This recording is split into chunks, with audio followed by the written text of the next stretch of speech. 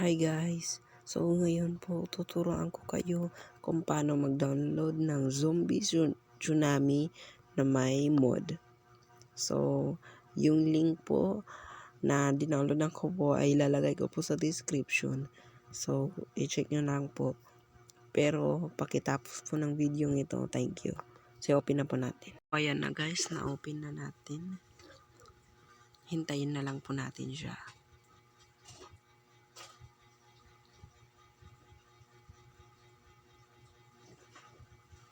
So ayan na.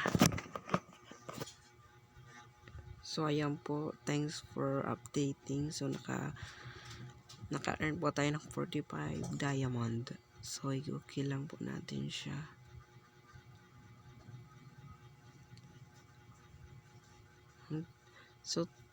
So tingnan po natin dito sa market.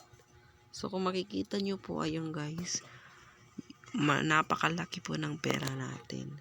So binili ko po na po yan.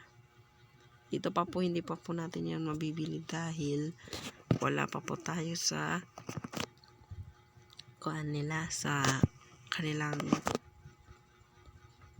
level. So play natin. So activate ko siya lahat. So play.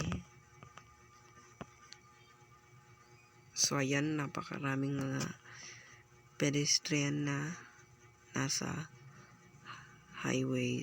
So may goal po talaga ako dito. Yung may shoot po yung mga bola dun sa ring.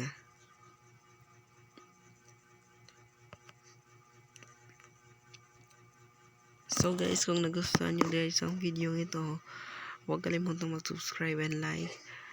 And babalik pa po tayo. See you guys on the next video. Huwag kalimutang mag-subscribe guys. Paalam.